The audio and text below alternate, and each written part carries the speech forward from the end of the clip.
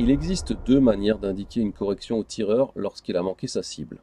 La première technique consiste à donner des ordres de correction en nombre de clics à effectuer sur les tourelles de l'optique afin de corriger le point d'impact réel sans changer le point de visée du tireur.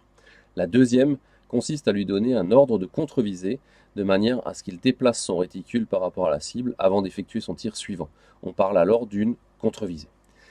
Il s'agit d'une méthode rapide et donc efficace pour tirer avant que les conditions de vent ne changent, mais elle nécessite une bonne technique de la part du tireur et devient difficile à exécuter lorsque le tir est trop loin de l'axe des abscisses ou des ordonnées ou qu'il est trop loin de la cible. Dans cette partie du tutoriel, nous nous concentrerons sur cette deuxième technique, à savoir les ordres de contre-visée avec le réticule. Afin de donner des ordres de contre-visée avec le réticule, il faut d'abord s'accorder sur leur dénomination. L'application centre-main suit une des méthodes possibles qui a le bénéfice d'être particulièrement simple et claire en termes de communication. Elle consiste à nommer les dots en fonction de leur axe, dans un sens ou dans l'autre, et de leur position. L'axe vertical, désordonné donc, sera divisé en une zone haut pour les dots au-dessus de l'axe des abscisses et en une zone bas pour ceux en dessous. De la même manière, l'axe horizontal des abscisses sera divisé en une zone négative pour les dots à gauche de l'axe des ordonnées et positive pour les dots à droite. Ainsi, on pourra qualifier les dots de manière précise. Par exemple, premier dot du haut, deuxième dot du haut, et ainsi de suite. Premier dot du bas,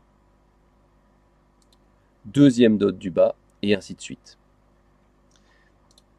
De même, on identifiera ce dot comme premier dot négatif, deuxième dot négatif, et ainsi de suite. Premier dot positif, deuxième dot positif, etc. Ainsi, si le spotter voit l'impact d'un tir manqué sur l'un des axes, il pourra indiquer très rapidement la correction à effectuer. Il suffira au tireur de déplacer la position indiquée de son réticule, par exemple premier dot positif, sur le centre de la cible pour toucher son objectif. Afin d'affiner la correction, on pourra aussi indiquer si l'impact se trouve entre deux dots. Dans ce cas, on utilisera le terme encadré. Par exemple, encadré, premier dot du haut. Ou encadré, premier, deuxième dot du haut, si le point d'impact se situe entre le premier et le deuxième dot du haut. Et on peut étendre ainsi à toutes les positions.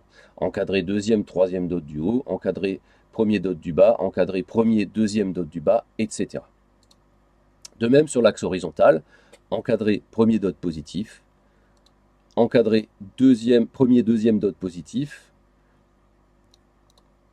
encadré premier dot négatif, etc. Lorsque le tir manqué est juste en bord de cible et donc nécessite une correction mineure, il existe des ordres permettant d'accélérer cette correction. Nous allons suivre un système très logique et très simple d'inspiration militaire qualifié de cadran horaire. Le tireur devra déplacer son point de tir, le centre de son réticule donc, vers l'endroit indiqué sur le cadran. On utilisera midi et non pas 12 heures pour le haut du cadran, bord droit pour la droite, soit 3 heures, et bord gauche pour la gauche, soit 9 heures. Tous les autres ordres correspondront à la lecture de l'heure sur le cadran. Si l'impact est donc en bas, à gauche, en bord de cible, on indiquera la correction suivante, 1 heure. S'il est sur la gauche, sur le bord donc, on dira bord droit. S'il est en haut à gauche, on indiquera 5 heures. Et ainsi de suite. Ici, 6 heures. 7 heures. Bord gauche. 11 heures. Et enfin, midi. Il est aussi possible de combiner l'utilisation des corrections en dot et du cadran horaire, comme sur cet exemple. L'impact se situe sur le premier dot positif vers la droite, mais aussi un peu en haut, environ à la hauteur du haut de la cible. L'ordre de correction sera donc premier dot positif, 6 heures, afin de déplacer le tir vers la gauche, mais aussi vers le bas. Prenons un autre exemple. Le tir touche en dessous de la cible, un peu sur la gauche. L'ordre de correction sera premier dot du bas, bord droit, afin de ramener le tir de 1 dot vers le haut et vers la droite de la largeur d'une demi-cible. Les ordres de contre-visée peuvent sembler complexes. Ils sont en fait relativement simples et logiques. Mais il est difficile de les acquérir de manière systématique lorsque l'on s'entraîne en conditions réelles, car de très nombreux autres paramètres doivent être pris en compte. Tout l'objet de l'application Centre-Masse est de vous entraîner à ce que ces ordres deviennent automatiques lorsque vous spottez, comme une seconde nature, qui vous permettra de les donner sans même réfléchir. Il en va de même pour les ordres de correction en clic sur les tourelles que nous allons étudier dans le chapitre suivant.